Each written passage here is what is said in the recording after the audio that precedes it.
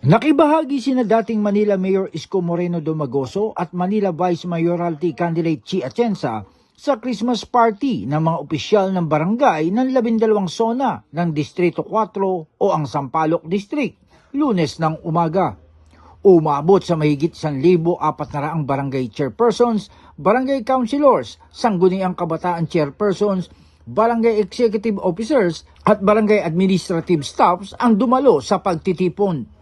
Ayon kay Domagoso, ang kanyang pagdalo ay munting pagkilala niya sa pagsisilbi sa mga Manileño na mga opisyal ng barangay.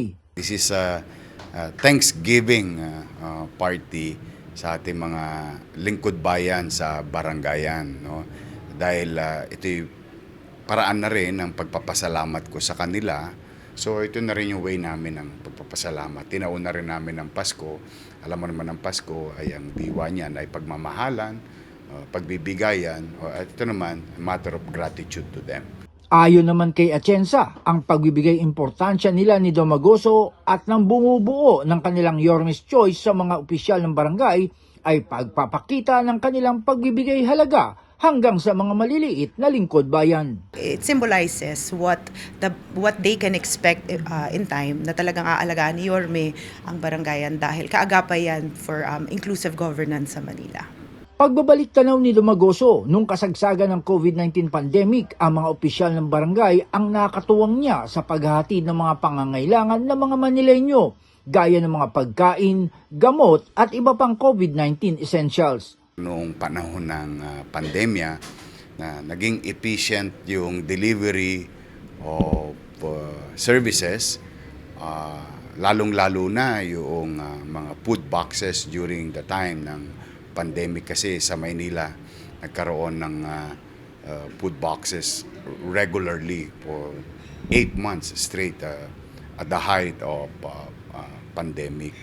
Upang mas mapasaya ang mga opisyal, nagbahagi ng kanilang mga personal na aginaldo sina Domagoso at Atienza sa mga opisyal ng barangay.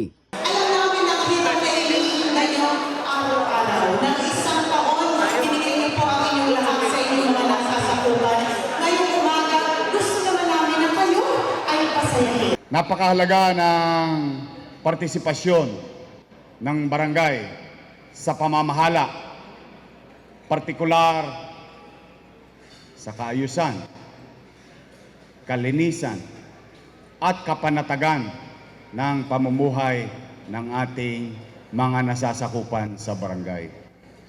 Because the city government alone cannot do it on its own. We need you. We need you to function properly, to function efficiently. And we believe in you, in your respective skills. This event is for you, not for us. Kaya ngayong araw na ito, chill-chill lang tayo. At ngayong Kapaskuhan, ang mensahe ng dalawa sa kanilang mga kalungsod. Asa sa puso ng bawat Manileño and at the same time, lumiwanag muli ang kanilang buhay. Merry Christmas, Happy New Year. Mahal namin kayo. So sa hirap ng buhay ng tao, yung pagkakabati-bati, pagkakasundo-sundo ng mga leader at lumawak ang isipan ng mga leader na ang pamunuan ay ang mamamayan, hindi yung kapwa politiko lamang. Sana yun ang umiral sa ating lahat so that we can achieve peace and unity in our country and in our world. No? Second, good health to everyone.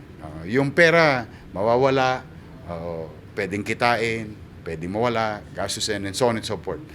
Pero yung kalusugan, yun po, lalo na sa may mga sakit, tatagan nyo po ang loob nyo, konting araw na lang, 2025 na, patuloy tayong manalig sa Diyos. Una nag-organisa ng katulad na pagtitipon ng mga opisyal ng barangay ang Yormes Choice ni Domagoso at Atienza sa distrito ng Tondo at may magaganap din sa iba pang mga distrito sa lungsod. Jan Scosio, Radyo Inquirer Online, bayang nagtatanong, mamaya nag-usisa.